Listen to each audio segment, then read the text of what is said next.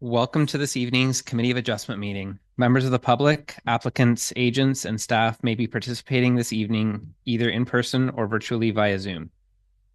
For those attending via Zoom, please note that it is our standard practice for members of the public to have their cameras off and microphones muted until the time for that member to speak. Township staff can assist with muting microphones. If you require assistance, please use the chat function and ask staff. I am also pleased to advise that we are being broadcast live on the Township's YouTube channel, where a recording of this meeting will be available.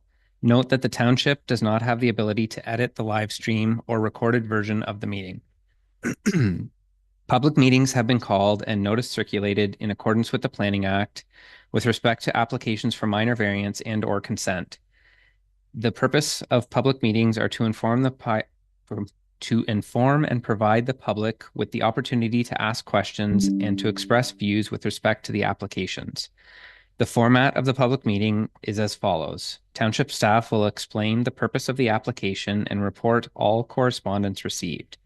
Next, the applicant will present any further relevant information. Next, the public will be permitted to ask questions and express views on the proposal, and then the public portion of the meeting will be closed. And next, members of the committee will be given an opportunity to ask questions for clarification of the application. After all comments have been received, and the committee will consider the application with due regard to the presentations and views expressed this evening. The committee will then do one of three things: approve the application, deny the application, or defer the application pending receipt of further information. Specified persons who have provided oral submissions or written objections but disagree with the committee's decision on an application may appeal the decision to the Ontario Land Tribunal, as entitled under the Planning Act. The deadline for an appeal of consent applications is 20 days within the giving of notice, and for minor variances within 20 days of the decision date. When commenting on an application, please first give your full name and address for the minutes. Please note that the names and addresses of those individuals who speak at this meeting will appear within the meeting minutes, which are public documents. If you wish to receive a copy of a decision, please leave your name and address with Township staff. Disclosure of pecuniary interest and the general nature thereof. Adoption of minutes, if I can get a motion. So motion COA 2024-045, moved by member Bossy, seconded by member Hawkins, that the minutes of the July 16th, 2024 Committee of Adjustment meeting be adopted as printed and distributed. We are carried. So we will move on to new applications. So would Township staff briefly introduce the application and report on any written response to the notice circulated for application for consent B-10-24.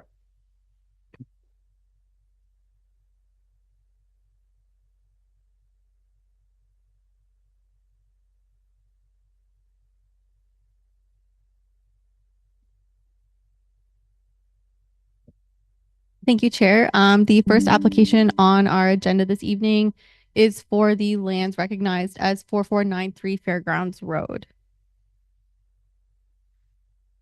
As shown on the screen, the subject lands are located just north of the intersection of Highway 12 and Fairgrounds Road, just across from Otis Park on the east side of Fairgrounds Road.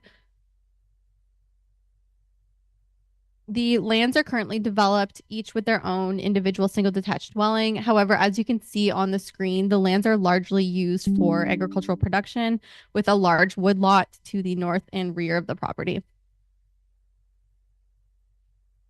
The application before the committee this evening is to facilitate a lot boundary adjustment between the subject lands at 4511 Fairgrounds Road and the lot immediately to the south, recognized as 4493.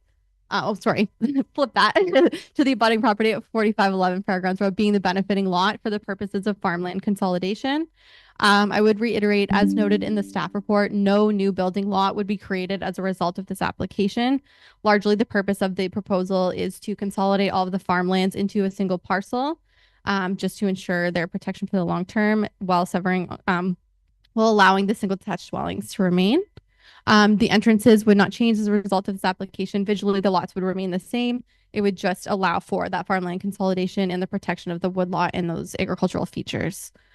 As noted in the staff report, the applicant has previously received provisional approval for a similar proposal between the properties both in 2021 and 2022, the conditions of which were not fulfilled. Through those previous applications, it was sort of flipped, as noted in the staff report's link to the agenda. However, the applicants have now submitted a new application and a revised proposal for consideration by the committee. The applicant's agent from Morgan Planning and Development, Mr. John Pauk, is also in attendance this evening and may wish to speak to the committee following staff's presentation. To facilitate the lot boundary adjustment, the applicants proposed to sever off a portion of 4493, transferring it to 4511 Fairgrounds Road. So the proposed lot area for the subject lands would result in an area of 1.05 hectares with an approximate lot frontage of 16.8 meters containing the existing dwelling and the existing entrance off of Fairgrounds Road. And the resultant lot area of 4511 Fairgrounds Road being the benefiting lands would be 20.1 hectares with approximate frontage of 288.5 meters. Again, 4511 would be the property maintaining all of the consolidated farmland. The applicants have provided a sketch of the proposed boundary adjustment. The sketch shown on screen indicates the proposed resultant lot configuration, with 4493 containing its existing dwelling in a flag-shaped lot, with the benefiting lands at 4511 containing all of the consolidated farmland and woodlot. The subject properties, as shown on the screen, are currently zoned rural along a haul route being Fairgrounds Road. However, a portion of the benefiting property was relatively recently rezoned to a site-specific rural residential exception 17 around the existing development on the property. The exceptions of that zone recognize the use of a detached accessory building as an accessory apartment. Following the rezoning, the applicants were to submit a building permit application to facilitate the conversion of that space. It is an existing condition, however, building permit is still required. This was a condition of the previous two consents, so staff continue to recommend it through this process as well. Next slide, please. So as noted in the staff report, staff have no objections to the planning opinions and justification provided by Morgan Planning and Development on behalf of their client. And I would just reiterate that no new lot creation would result from this. It's standard, it's proposed as a farmland consolidation. Typically, these are seen in the form of like a farm surplus dwelling severance or other type of Planning Act application. However, this would have the same result, just approaching it through a lot boundary adjustment application.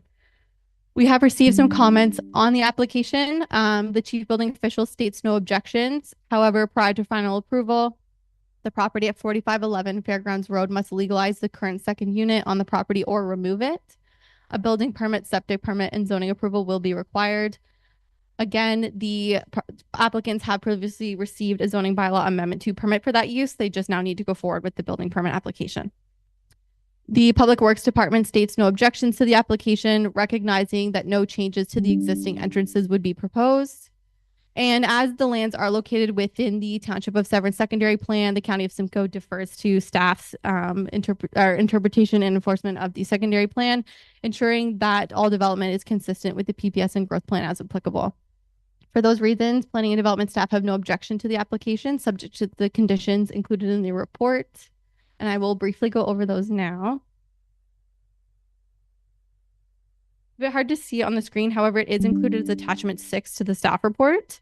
A lot of them are standard conditions, with one specific to address the resultant lot area and use of the subject properties. A reference plan of the parcel shall be prepared and registered after approved by staff. A copy of the electronic registration in preparation draft deed. A separate land sale merge and not be separately conveyable from the benefiting property. The applicant's solicitor shall take all necessary steps to ensure that this occurs. Condition number 4 speaks to how that may occur, and that the applicant's lawyer must provide a copy of the registration within 3 months of the date of the registration of the transfer. The applicant shall apply and obtain Planning Act approvals at their own expense to ensure all retained lands to be associated with 4493 Fairgrounds Road are rezoned to a site-specific rural residential zone. That's to recognize the new smaller lot area and frontage, as it is currently zoned rural, so it would be more appropriate to rezone that to rural residential following the farmland consolidation. And then to apply and obtain Planning Act approvals at their own expense to rezone a portion of or entirety of the benefiting lands, being 4511 Fairgrounds Road, to limit future residential development of the agricultural lands, achieving that protection of that farmland consolidation. And to legalize the existing building at 4511 Fairgrounds Road by way of application and completion of a change of use building permit, facilitating its conversion, or receiving a building permit to remove the habitable space in the structure, bring it back to a standard detached accessory structure. And municipal taxes be paid in full. All fees associated with the application shall be paid by the owner. And the conditions set out herein will be completed within 2 years of the date of this decision. That's all I have for my staff report. But however, staff are available for any questions. And I would just note that Mr. Pauk is attending online on behalf of their client. Thank you. Does the applicant or their agent have anything further to add to the application? Please unmute yourself and turn your camera on if you'd like. If you have a presentation, you may share your screen. Thank you, Chair, and good evening, members of committee. My name is Jonathan Pauk, Senior Planner at Morgan Planning and Development.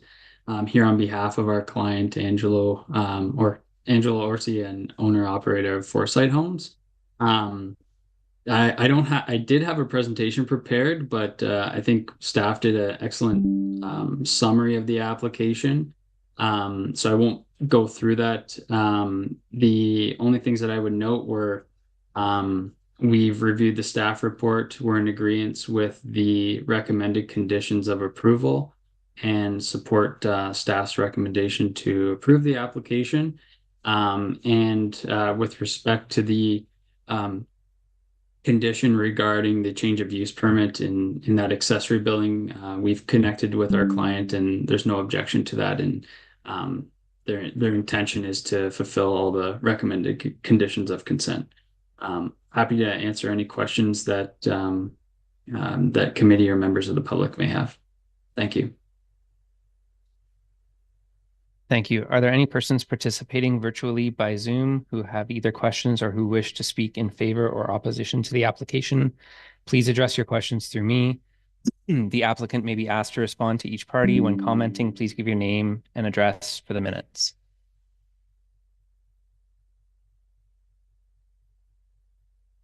Are there any persons in attendance in person who have either questions or who wish to speak in favor or opposition to the application? Please address your questions through me. The applicant may be asked to respond to each party. When commenting, please give your name and address for the minutes. If there are no further questions or comments, I declare that the public portion of this application is closed. Do any members of the committee require further clarification or wish to provide comments on the application? Member Bossy. Question to staff through the chair. With the rezoning to rural residential, is there a minimum frontage requirement?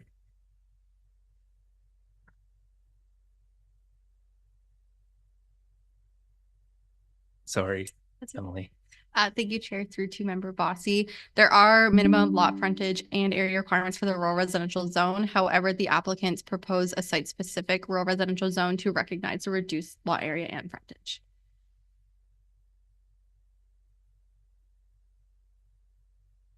Any other questions?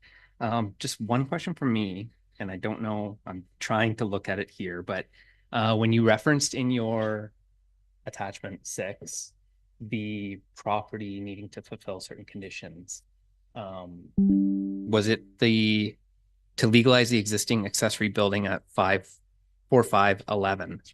Is the house not on the other lot? Go ahead.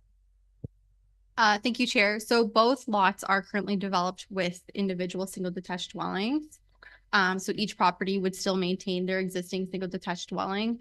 However, on 4511 Fairgrounds Road being the benefiting land, there is an existing detached accessory structure currently containing habitable space. So while the zoning's in place to recognize that use, the applicants still have to come forward with a building permit through the building code to legalize it.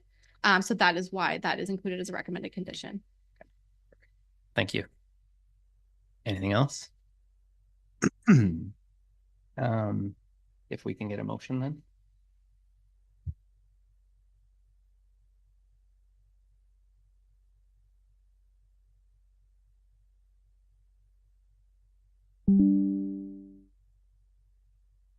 Motion COA 2024-046, moved by Member Hawkins, seconded by Member Hiles, that staff report D24-031 be received, and that in the matter of consent application B-10-24, the application be provisionally approved, subject to the recommended conditions included as attachment 6 to staff report D24-31. We are carried. The hearing for this application is now closed. You are free to stay for the remainder of the meeting or leave as the committee moves on to the next application. The next application is application for consent B-11-24. Would Township staff briefly introduce the application and report on any written response to the notice circulated? Thank you, Chair. So the next application is another application for consent for the lands recognized as 3372 Agnew Road, also recognized as the Evergreen Golf Center. The subject property is shown on the key map on the screen. As shown here, it is kind of to the northwest of Highway 11, just to the south of Lake St. George. The subject property does contain the existing Evergreen Golf Center. The applicant does own both the benefiting lands and the subject lands. As shown on the screen, this is an aerial image of the subject property. So to the south of the property is the location of the existing Evergreen Golf Center. As you can see to the north, it is mainly composed of vacant sort of rural lands. And then the benefiting lands are currently developed with an existing single detached dwelling. The applicants are proposing to sever the vacant portion of the golf course property to the north side of, at that pinch point up, as shown on the key map and on the aerial imagery, having an approximate area of 5.51 hectares and an approximate frontage of 85 meters onto Huffman Road.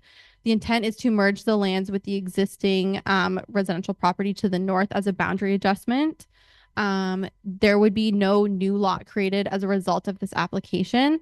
The resultant area of the golf course property, although granting lands to the property to the north, it would still comply with all of the minimum lot requirements of the respective zone. The applicants have provided a planning justification report in support of their application. However, staff will give a brief overview of the presentation. As shown on screen, this provides a visual provided by the applicants of the proposed lot boundary adjustment. So the area shown in green is to be merged with the property to the north.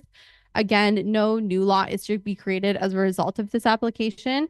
It is just to facilitate a lot boundary adjustment. The comments provided by the County of Simcoe speak to the applicable land use policies that apply to these lands with respect to the Greenlands land use designation. So no new lot creation is permitted in the Greenlands designation. However, boundary adjustments for this purpose would be a permitted use. I would just reiterate again, no new lots would be created as a result of this application and no further development is contemplated at this time.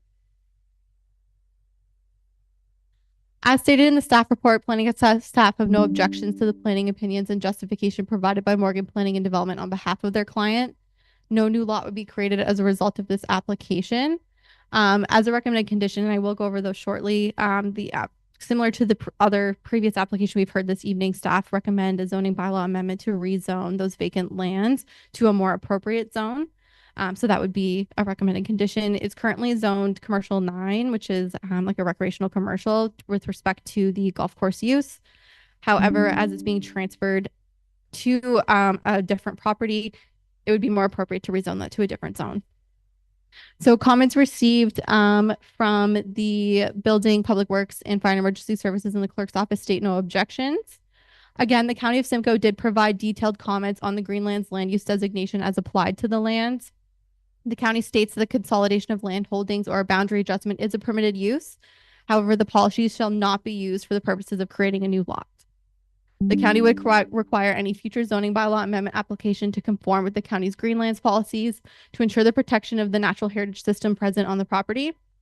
Further comments from the county would follow the circulation of any future zoning bylaw amendment application.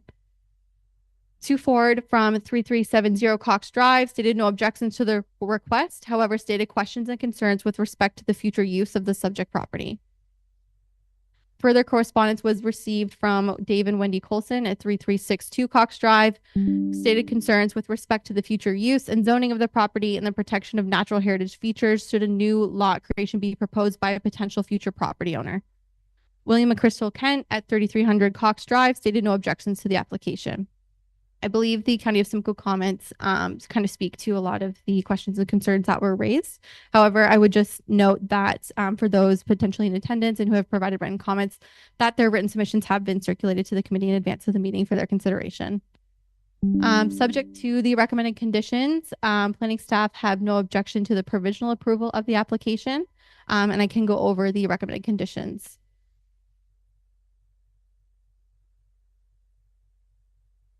So standard for a lot boundary adjustment, a reference plan of the severed parcels shall be prepared and duly registered by an Ontario land surveyor after approval by township staff. A copy of the in preparation draft deed be provided to the secretary treasurer. That the severed land shall merge with and not be separately conveyable from the benefiting property being 3511 Huffman Road. That the owner solicitor shall take all necessary steps to ensure that the parcels merge and are no longer separately conveyable. Item number 4 discusses processes that may need to occur for that to be achieved, and that the solicitor would provide the township with a copy of the registration within 3 months of its registration. That the applicant shall apply and obtain Planning Act approvals at their own expense to ensure all lands to be associated with 3511 Huffman Road are zoned appropriately to the satisfaction of the township. I would just note that that is additional Planning Act application process that is separate from this process and would be subject to its own public meeting, public notice circulation, to notify adjacent property owners when that is to be heard by the committee should the application be deemed complete at some point in the future. Municipal taxes shall be paid in full to the date of the request of the issuance of the consent certificate, that all fees, if incurred, are the responsibility of the applicant, and that the conditions set out should be completed within 2 years of the date of this decision. That's all I have from the staff presentation. However, Mr. Pauk is in attendance for this application as well this evening. Thank you. Does the applicant or their agent have anything further to add to the application? Please unmute yourself and turn your camera on if you'd like. If you have a presentation, you may share your screen. Thank you, Chair, members of committee. I do have a presentation. I'd just like to maybe spend some time on a couple of items if I could. Can everyone see my screen okay? Yes, we can. Thank you. I'm not going to spend a lot of time on this. I just wanted to maybe have the consent sketch in front of us, and just to give a little bit more background on kind of the context of the subject properties. So for some of you that don't know, the southernmost property shown in this area here contains the Evergreen Golf Center that's been owned and operated by our client for a number of years. The kind of the northernmost I guess north of the pinch point of the property that's mainly forested is not used as part of the golf center lands, and it's mainly wooded. Our client, Tim Edwards, also owns the property at the corner of Huffman Road. And the intent of the application is to add the forested lands that are not used by the golf course lands to his personal property at the corner of Huffman Road. And that's simply for succession planning purposes. And there's no new development proposed at this time or as part of this application. And if there was any future development proposed as part of that, or in the future at any point in time, that would be subject to its own planning act process and technical requirements and notice circulation, as staff mentioned. And I just wanted to reiterate that for members of the public that might be tuning in, as we did receive those public comments this afternoon regarding the application. And again, just as a summary, and I would note that the unevaluated wetland area that we've shown on our sketch is not mapped by the township's official plan, but rather by the MNRF. And we've kind of went back and forth with township staff and arriving at this lot configuration to make sure we weren't severing through that natural heritage feature and rather containing it on its entirety of the benefited lands at 3511 Huffman Road. So the lot configuration generally follows that forested area that isn't used as golf course lands.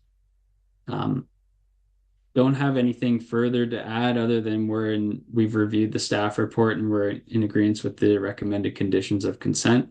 And we are in agreement with the recommended rezoning to make a consistent residential zone with the Huffman Road property shown in yellow. Can make myself available for any questions or comments that committee or members of the public might have. Thank you. Thank you. Are there any persons participating virtually by Zoom who have either questions or who wish to speak in favor or opposition to the application? Please address your questions through me. The applicant may be asked to respond to each party. When commenting, please give your name and address for the minutes.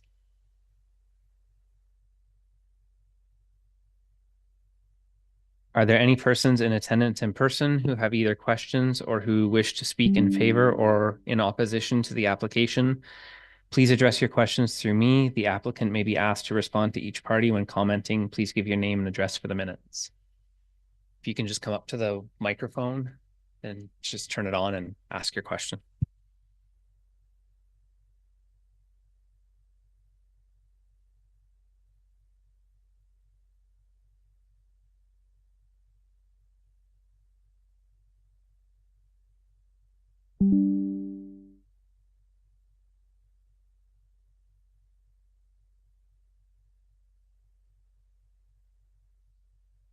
And lot 9, is it on?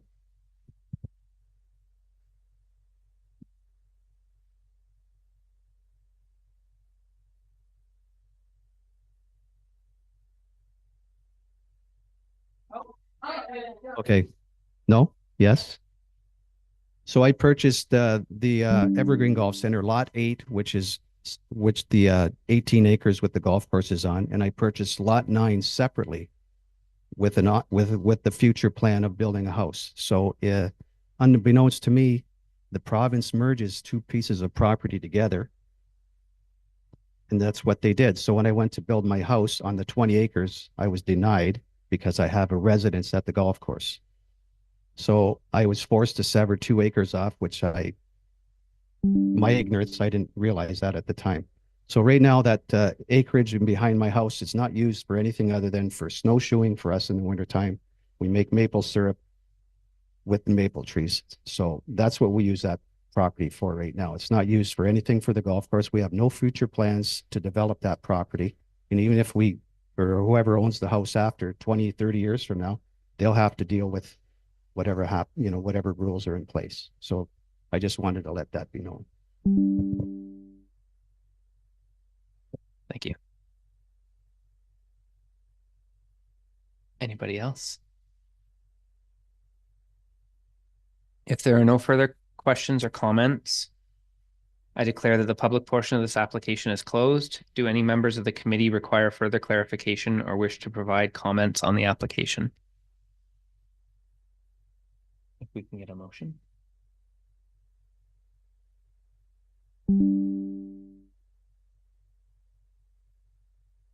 Motion COA 2024-047, moved by Member Hodgkin, seconded by Member Bossy, that staff report D24-035 be received, and that in the matter of consent to application B-11-24, the application be provisionally approved, subject to the recommended conditions included as attachment 5 to staff report D24-035.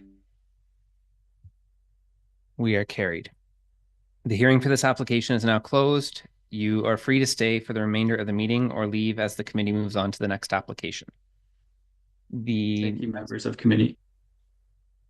Have is for minor variance A-16-24. Would township staff briefly introduce the application and report on any written response to the notice circulated? Thank you, Chair. So the next application this evening is minor variance A-16-24 for lands located at 1487 Cunningham Crescent.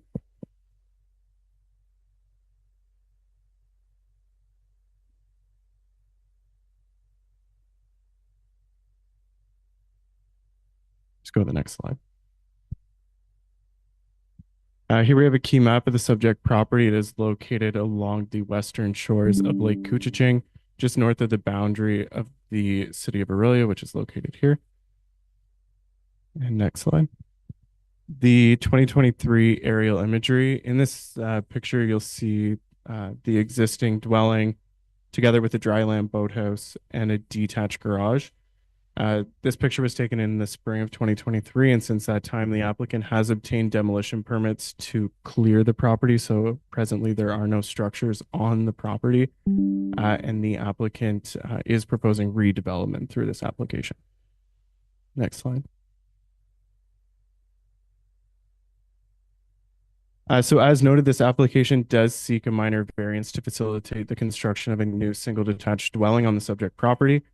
The proposal does comply with all of the requirements of the zoning bylaw with the exception of the requested variance. The variance that is requested from the committee is a increased lot coverage to the total lot area. The bylaw normally would permit 15% coverage and the applicant is requesting 18%. Here are just some site photos from our site visit to the property. This first photo on the left is taken standing at the shoreline looking back into the property. As you can see, it is clear of any buildings or structures now that the applicant has taken out those demolition permits. The other two photos are just looking at the shoreline area. There is a couple mature trees on the property. Staff would like to see as much vegetation retained along the property through this application and have recommended conditions to address that. Obviously, noting that some of the vegetation is a little bit on a lean. So we'll see what we can do to retain as many trees as possible. But ultimately, the applicant may need to also do some plantings. This is the concept plan that was submitted with the application. So you can see the new single detached dwelling here together with a porch at the front and rear, together with an attached garage closer to the road. Through this application, the applicant is also proposing the installation of a new septic system to service the dwelling while utilizing the existing well located in the front yard here. Given the placement of this septic system, the applicant is limited in their ability to relocate that dwelling further back from the shoreline, as the committee is aware of those growth plan policies normally requiring a 30-meter vegetation protection zone. The applicant has kept this dwelling back from the shoreline as much as possible while still providing those required on-site individual services such as a well and septic. Next slide, please. These are the elevation drawings of the proposed dwelling. This here is the side that would face the road with the attached garage. The water side of the dwelling would face Lake Couchiching, and then the side profile of the dwelling. So as noted within the staff report, planning staff have no objection to the planning opinion presented by the applicant's agent for Morgan Planning through their planning justification report, which was attached to the township staff report. The septic is proposed to the rear of the lot, which does limit the ability to locate that dwelling further back. The building department provided comments with no objections on the application. They did note that a full septic review would be undertaken at the time of building permit. Public Works also had no objection, also just noting that an entrance permit would be required during the building permit stages, and no comments or objections were received from the clerk's office or the Fire and Emergency Services Department. Planning staff have no objection to that planning opinion presented by Morgan Planning, and therefore are recommending that the application be provisionally approved subject to the conditions included in the staff report. Those conditions the committee will be fairly familiar with. Taxes being paid to date, that the construction shall be in substantial compliance with the plans submitted with the application, as well as the property owner entering into a development agreement with the municipality pursuant to Section 45 of the Planning Act to establish a vegetation protection zone along the shoreline to protect that existing vegetation on the property and restore a shoreline vegetation area to the maximum extent possible, providing for additional plantings of native and self-sustaining species within the front yard. The collection of securities for the implementation of that VPZ and retention in good condition for at least 2 years. Silt fencing and construction related measures to protect the immediate shoreline during construction. Implement a requirement for a lot grading plan completed by a professional engineer with confirmation of setbacks from an OLS, including a deposit for that lot grading plan, and that any costs associated with the agreement and registration of such would be the responsibility of the applicant. That concludes my presentation. If the committee has any questions, more than happy to answer. And the applicant's agent from Morgan Planning is also in attendance this evening. Thank you. Thank you. Does the applicant or their agent have anything further to add to the application? Please unmute yourself and turn your camera on if you'd like. If you have a presentation, you may share your screen. Thank you, Chair. Good evening, staff and committee and then members of the public. I do have a presentation, however, following in Jonathan Pauk's footsteps, I'm only going to highlight a couple details. So we'll just attempt to share my screen here. 1 second.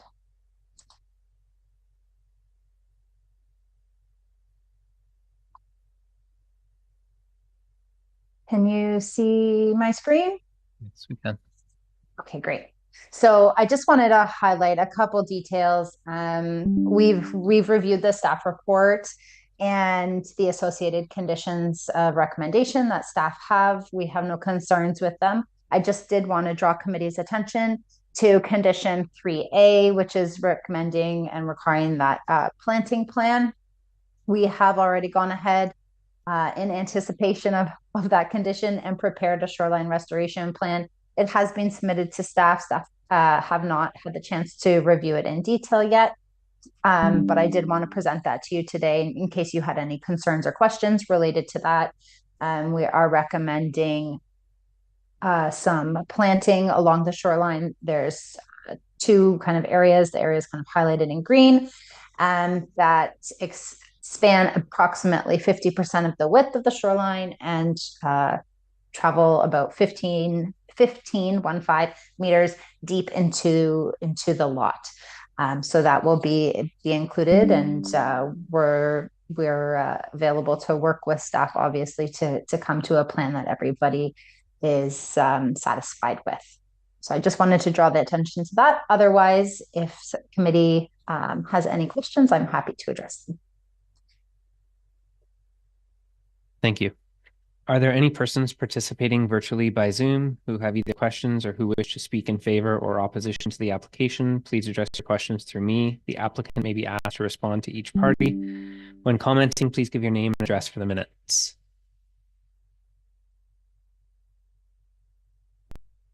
Are there any persons in attendance in person who have either questions or who wish to speak in favor or in opposition to the application? Please address your questions through me. The applicant may be asked to respond to each party. When commenting, please give your name and address for the minutes. If there are no further questions or comments, I declare that the public portion of this application is closed. Do any members of the committee require further clarification or wish to provide comments on the application?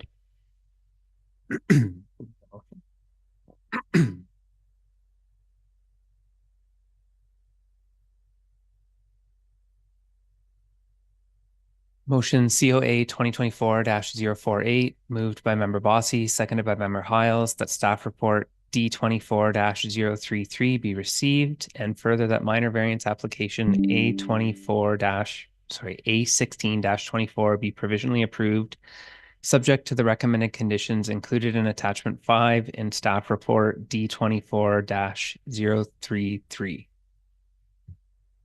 And we are carried. The hearing for this application is now closed. You are free to stay for the remainder of the meeting or leave as the committee moves on to the next application. We have application A-17-24. Would township staff briefly introduce the application and report on any written response to the notice circulated?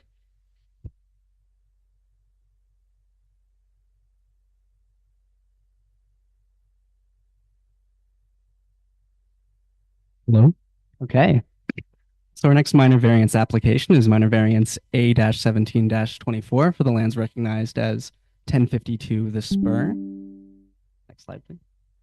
So you can see on the key map here, the subject lands, which are highlighted in red, are on the eastern shore of Tea Lake. That's on the north end of the township. They're about 200 meters west of Graham Road, which is a private road. As you can see in the aerial imagery, the subject property, again highlighted in red, is surrounded by a mix of shoreline residential lands as well as greenlands. So the applicant is seeking a number of minor variances to facilitate the construction of a boathouse and an attached dock. This is actually intended to replace an existing boathouse and attached dock, which are intended to be demolished.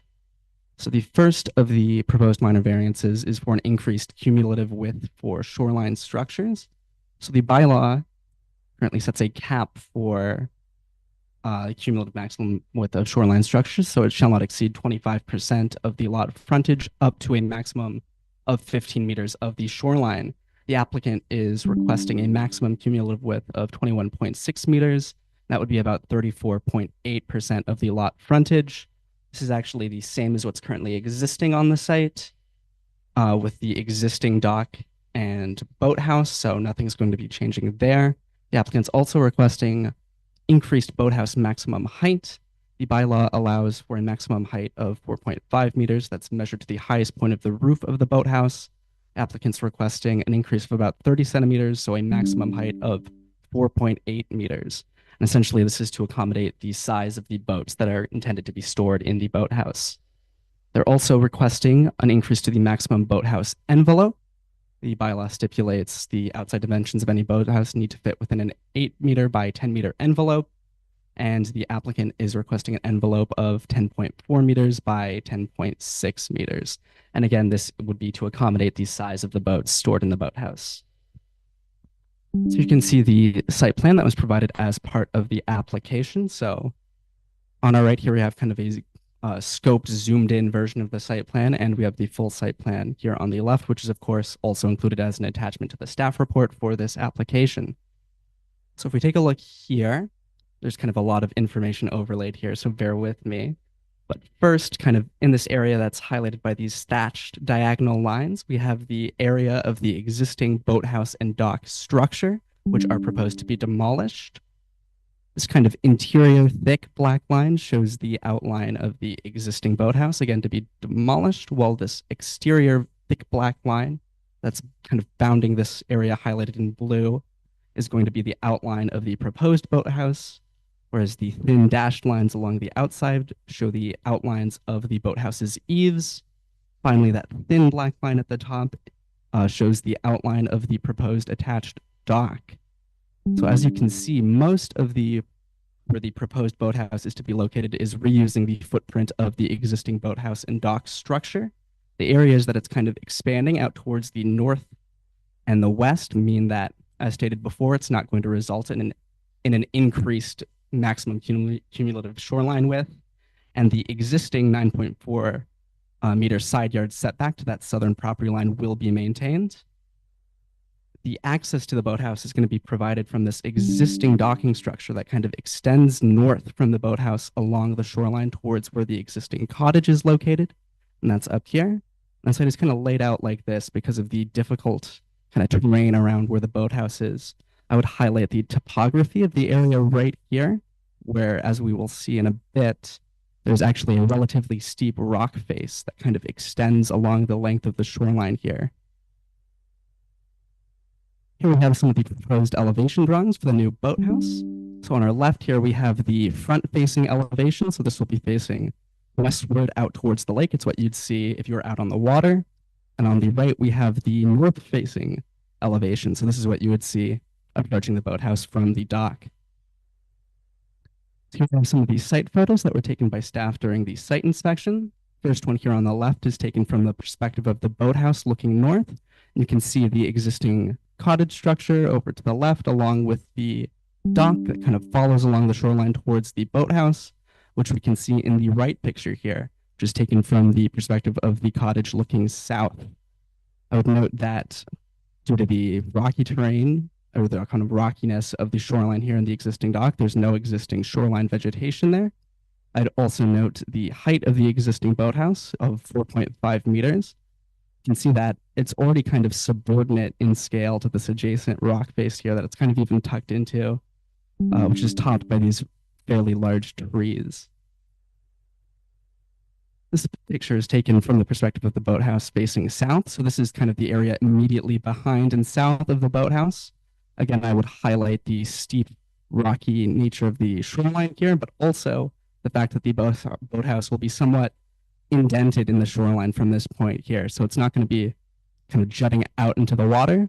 And this is going to go a certain way to mitigate the effects or the impacts that the boathouse would have in regards to things like water traffic or on the aesthetic of the character of the area. This last wine shot here is taken from the perspective of the shoreline looking westward out into the lake. It's just kind of to give you an idea of the current existing conditions of the lake and some of the existing shoreline structures that already exist along it. So as stated in the staff report, there's no significant shoreline vegetation removal or impacts to other surrounding natural heritage features anticipated with this proposal. Staff are of the opinion that it does comply with the provincial policy statement, the growth plan, and the foretests for minor variance as prescribed by the Planning Act.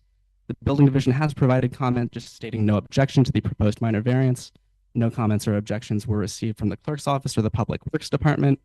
And for those reasons, the planning and development staff will recommend that the application A-17-24 be approved subject to the conditions outlined in attachment 5 to the staff report, which are that 1, municipal taxes should be paid to date, that the existing vegetation on the property will be preserved and enhanced as much as possible, and that the construction is in substantial compliance with the plans and drawings submitted with the application. And with that, my presentation comes to a close. Staff are, of course, available for comment, and I believe the applicants and agents are here as well. Thank you. Thank you. Does the applicant or their agent have anything further to add to the application? Assuming you're here in person, so I don't need to continue with the rest.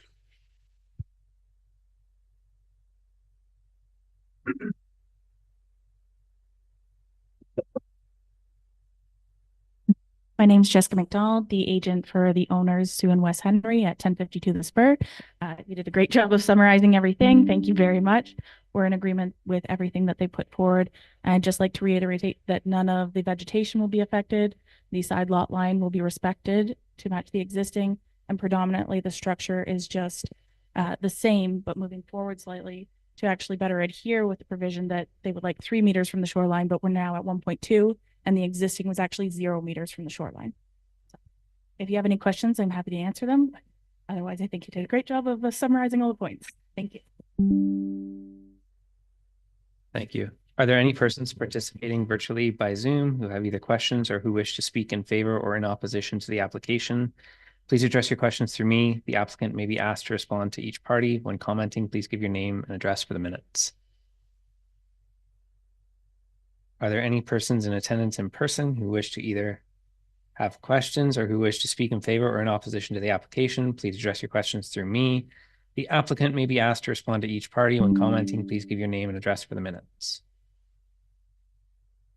If there are no further questions or comments, I declare that the public portion of this application is closed. Do any members of the committee require further clarification or wish to provide comments on the application? Member Bossy.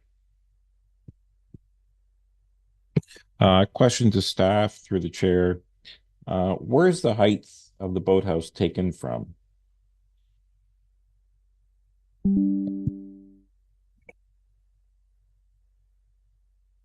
I'm going to defer that to another planner.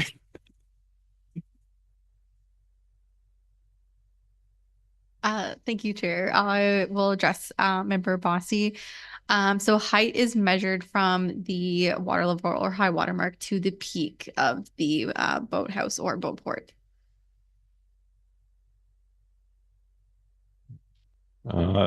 Question to staff through the chair. Removing the old boathouse, is there any restrictions on timing? Or I thought it was difficult to remove pilings, you disturb the shoreline and that. Is there any restrictions around that? Through the chair to Member Bossy, T Lake is not subject to the jurisdiction of the Trent Severn Waterway. So while there's not like a specific timeline like would be imposed by the Trent Severn, applicants are encouraged to keep clearing and habitat windows in mind.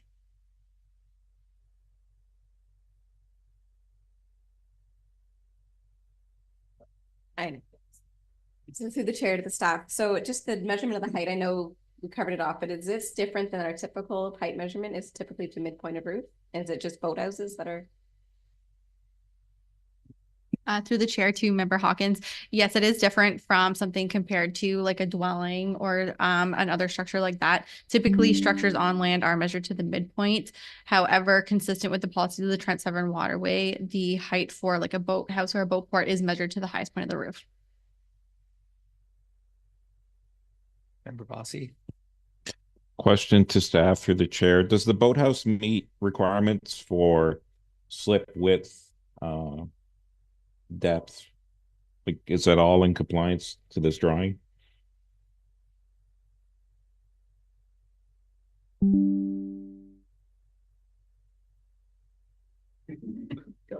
Through the chair to Member Bossy, yes.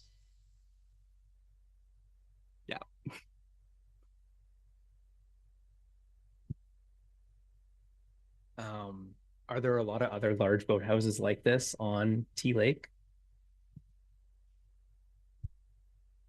So I'd say the proposed boathouse is not out of character with any of the existing boathouses or other shoreline structures that are along T Lake.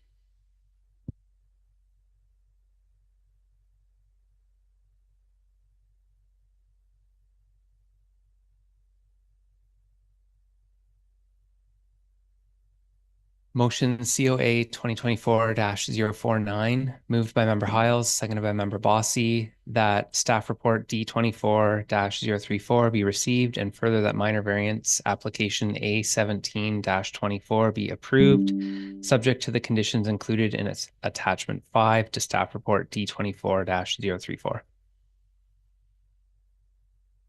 We are carried.